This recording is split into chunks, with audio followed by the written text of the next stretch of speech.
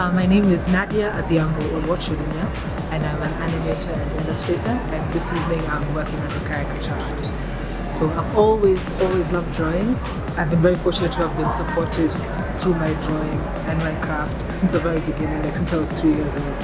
And I studied animation in Canada at Sheridan College, and in second year one of our modules was caricature. And I fell in love with it. Just the idea of looking at somebody and trying to distill a part of their personality into an image which is fun, that celebrates them, that really excites me. So it's not my main practice, but it's what I'm doing here tonight, and it's fun because I get to meet lots of new people, get to build my library of faces. So whenever I'm designing a character, I can always refer back to somebody I drew at a cocktail some night somewhere. The mix of people this evening there's a wide range of people of all shapes, sizes, colors, ages. So I've been having a lot of fun tonight. So whenever I start drawing somebody or whenever there's a new subject, I spend a lot of time listening to them first, and I try to get like a reading of who they are. Because ultimately, being a caricature artist, it's like a seismographic thing. Like you observe something, you allow it to imprint in your body, and you have to like have it reverberate onto the page. So there was a woman at the cocktail this evening, so beautiful, so striking, and so vibrant, and so magnetic. And I was watching how she held her head, like how she touched her hair, how she talked to the people around her. So I was imagining myself as like this woman. So the more I observed her movements, I tried to the more I observed, I tried to absorb something into myself and then translate it into the page. So I'm hoping that what I've drawn of her craft is a bit of her grace, a bit of her playfulness, the time she takes in her appearance, because she has beautiful golden hair, her lashes are not to be messed with, her brows are on fleek. People still say on fleek. Anyway, yeah, she's like really well put together. So I'm hoping that the image I've made of her shows that she's a well put together person. And she doesn't know that I did it, but I'm going to leave it on my stand. So hopefully, if she walks by it, she'll recognize herself. That's always the best feeling. If somebody recognizes what I've tried to capture about them. As we take a break, I'd like to tell you about another podcast that I do. It's called Conversation with Daniel Duwa. Here's a sampler.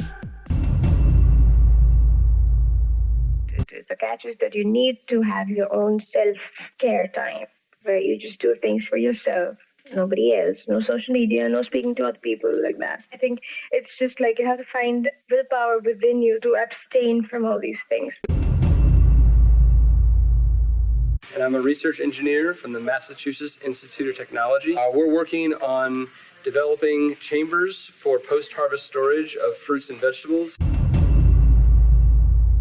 For us, I don't think we're the dream partners at work, but I wouldn't do it with anyone else. Like people who actually do well with their partners would agree with me that it's so much fun to work with your spouse, because I think your struggles are totally understood because somebody understands what you're going through.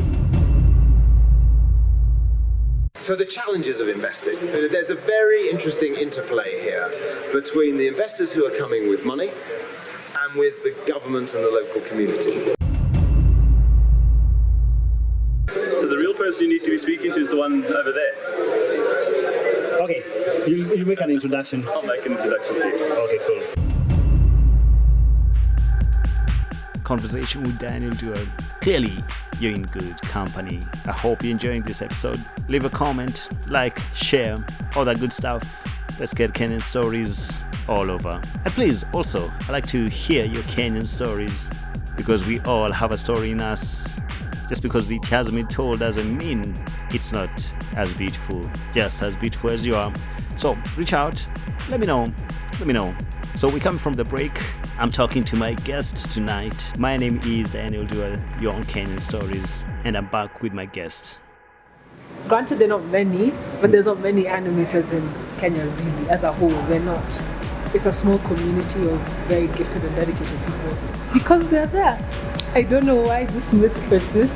I'm going to be very deliberate about growing a community of women illustrators and animators, and like keeping us in contact with each other, because it's a myth that we also begin to believe that we're alone, just one woman, one pencil, one big world to, conquer. But the truth is that there's a beautiful like constellation where all of us are like shining individually with our own styles, our own stories that we want to tell. So there are women, and I'm one of them, and watch this space because we're making really exciting things. So my first job was with Shujaz FM. It's a multimedia Digital Emmy award-winning project and company, and I started there when I was 19 in 2009. And it started off as a go down. They just invited artists over. We did some character design tests, and I was fortunate enough to have been picked. So that was my first job. I was working with them when I was at school at Sheridan, and it got to a point where I couldn't continue my studies as well as work for Shujaz, so I had to discontinue for a bit. And then I started working with Zanaa Africa, designing Nia.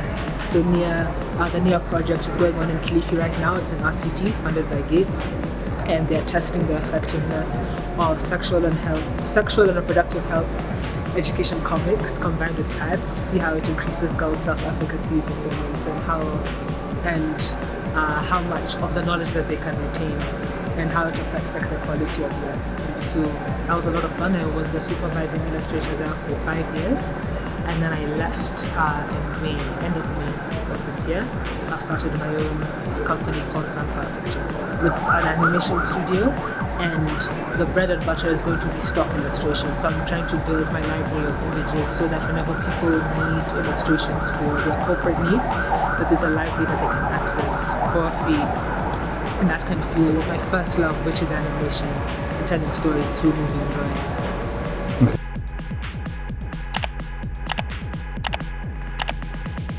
My name is Duwa. This is Kenyan Stories.